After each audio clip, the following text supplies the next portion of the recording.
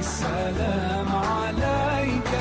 يا رسول سلام عليك يا حبيب سلام عليك صلوات الله عليك محترم أستاذان معسكرين وطول حاضر السلام عليكم ورحمة الله وبركاته. وكذا هر خطه چې په افغانستان کې کول کېږي او په هر ساحه کې کول کېږي زه نهایت زیات خوشاله یم ځکه چې دا زموږ اساسي وطن دی او چې وطن په خپله زموږ د بل چا په تمه مهم نه کېږي ځکه موږ تاسې وکتل چې په دې څلوېښتو کالو کې ډېرې پیسې راغلې پوځونه راغلل اسلحې راغلو موږ بیا مشکل نه مشکل دا دی چې موږ په خپله اراده د جوړولو د دې وطن نه ده کړې ډېر شیان دي چې موږ دومره امکانات او منابع لرو خو که موږ صحیح استفاده ترې وکړو نو موږ د دنیا د احتیاج نه خلاصېږو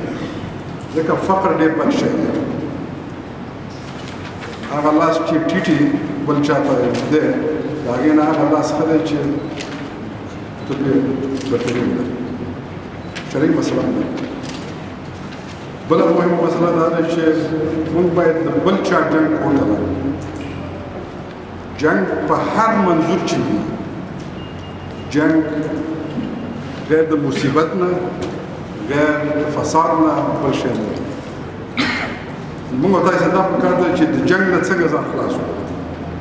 ګوره د جنګ نه ځان خلاصول د وزلاتو په قوت باندې نه کېږي د سلا په استعمال نه کېږي دا موږ او تاسې یو مثبت فکري بدلون ته ضرورت لرو هغه دا دی چې پیسې نشته ده چې مکتب جوړ نه کړم سړک جوړ نه کړم وران یې خو نه کړم ځانولو پیسې نه غواړي رشوت مه اخله رشوت مه ورکوه دنیا کې موږ ته خو ضرورت نشته دی خپل ورور دې مه په عذابوه دا خو پیسې ته ضرورت نه لري خپل قدرونه مه وژنه خپل علما مه وژنه دا خو پیسو ته ضرورت نه لري ګوره یو عالم چې تربیه کېږي څونه وخت نیسي یو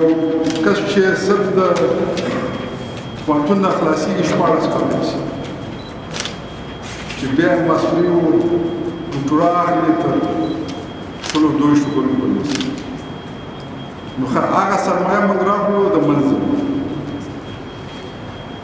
فزیکي امنیت د ټول تنظیم معاصر چې ټول ګوري فزیکي امنیت تر هغې پورې نشي تامین کېدلی چې بشري امنیت تامین شي بشري امنیت حکومتداري ښه والی دی خلک د فقر نه خلاصول دي ښه تعلیمي نظام دی ښه صحي سیستم زموږ دی دا ټول په فزیکي امنیت باندې تاثیر لري او بشري امنیت تر هغې پورې نشي راتلی چې موږ بشري سرمایه وکړو بشري سرمایه دا ده چې موږ په هر مسله کې باید متخصصین ولرو په هر مسله کې زموږ قاعده باید سمه وي چې موږ ته د بل چا احتیاج ونیسو هغه بله ورځ زه راغلم پوهنتون کې ما یو خبره ورځ باندې وکړه بیا یې تکراروم موږ په ټول افغانستان کې 500 روغتونونه څومره دي رئیس صاحب وویلې موږ یو بایومیډیکل انجینر نه لرو کله چې زموږ وسایط خرابېږي نو موږ د هند او پاکستان او دوبۍ د نورو ځایونو نه یو انجینر راولو چې وګوري چې دا زموږ اکسرې سمه ده او که خرابه ده بله ورځ ما ته چا معلومات راکړل رئیس صاحب د پوهنتون ویلې چې یو کس چې ته د پېښور نه راوړې چې ستا صرف هغه اکسرې وګوري نو 2,00,000 روپۍ هغه وزټ فیس اخلي دا چې بیا هغه وسایط څنګه دي هغه جدا مسله ده موږ ته دا خپله تجربه شوله د ترافیک چراغونه موږ فعالول په ټول مشرقي کې یو موږ ټرافیک میکانیکل انجینر د ترافیک انجینر یا تکنیشن موږ نه درلوده چې دا فعاله د هرات نه راوستل نو ته اوس فکر وکړئ چې موږ د افغانستان په سطحه او بیا د مشرقي په سطحه باندې او بیا د ننګرهار په سطحه باندې څومره علمي لحاظ باندې فقیر ویلو باندې په کتاب ویلو باندې سړی یو پورته نشي. نو دې د خاطره زموږ بشري منابع چې کوم یو دا ډېره ضروري ده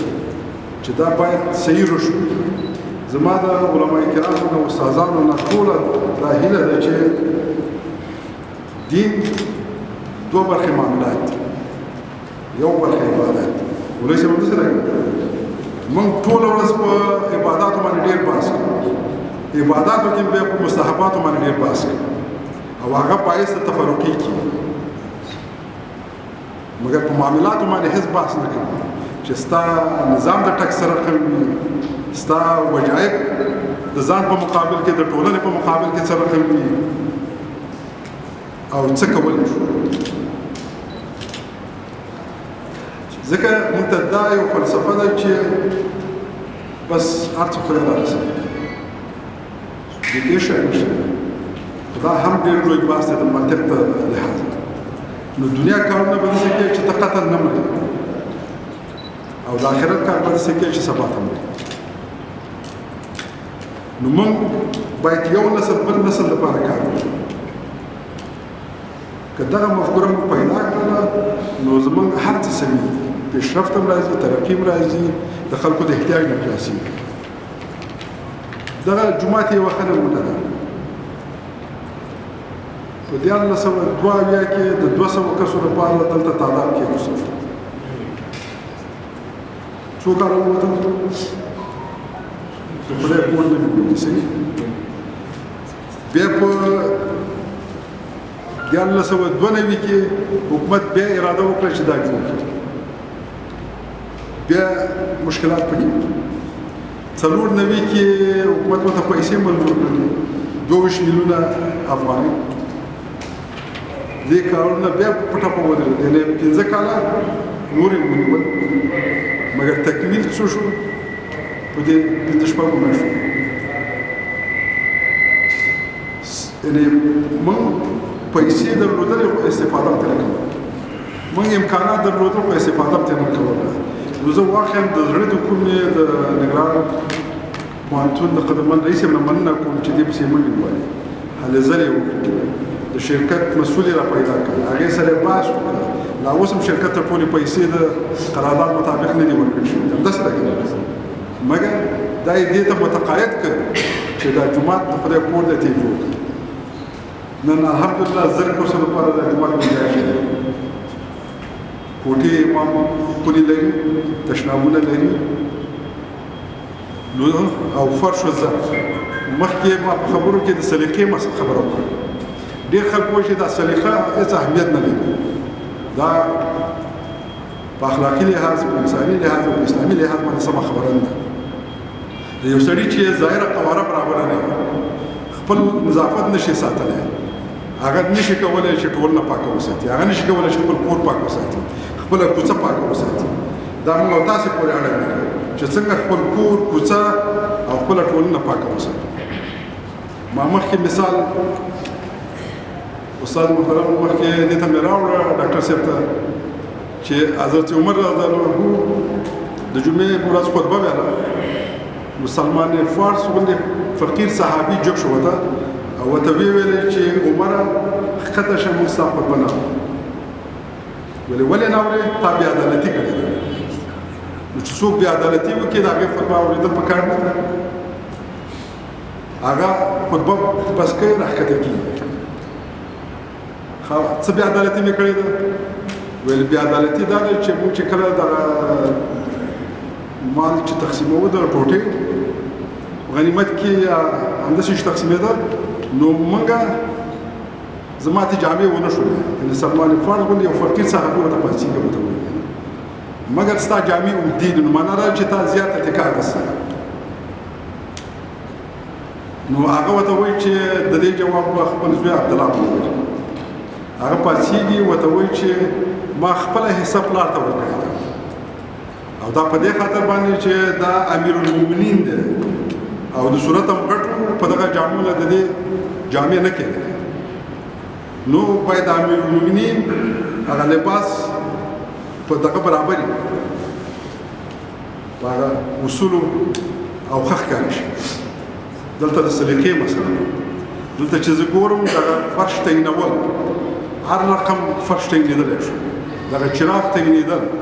د دې د ډیزاین او ډیکور دا ټول د سلیقې مسله ده د بیان ازادي خبره چې کوو ته وګوره چې خلیفه د اسلام امیر المؤمنین ده یو فقیر صحابي پاسیږي او ورته وایي چې زه ستا خطبه نامه د هغه جرأت او د دې خلیفه امیر المؤمنین د وخت اورېدل او د هغې تحقیق کول زه چې ننګرهار ته راغلی همیشه یا د فیسبوک ټویټر د لارې یا په مجالسو کې معلومات شریکوم د خلکو سره زه پوهېږم چې یو 15 کسه به کنځلې م راپسې لیکي زه پوهېږم چې منفي کسان چې هر څه ورته وکړي هغه هماغه منفي خو زموږ هدف دا دی چې د هغې فکر باید بدل دا طریقه د حکومتدارۍ باید بدله کړي شفافیت باید په خپلو مسایلو کې راولو خپل تصامیم وکړي او معلومات خلکو سره شریک څومره چې معلومات شریک شول اما عمره د خلکو اعتماد په نظام پیدا کیږي په سیستم پیدا کیږي په دولتي چارواکي پیدا کیږي متاسفانه چې اوس دولتي چارواکي بدنامه مدني ټولنه بدنامه رسنۍ بدنامه علما زموږ بدنامه ملکان زموږ بدنامه هر چاته چې دا کې د شک په سترګه وته که خبره هم چاته کې هم د شک په سترګه دا خراب او خراب نو موږ یو واقع دا دی چې یو فکري تغییر ته ضرورت لرو چې ټول زموږ فکرونه سم شي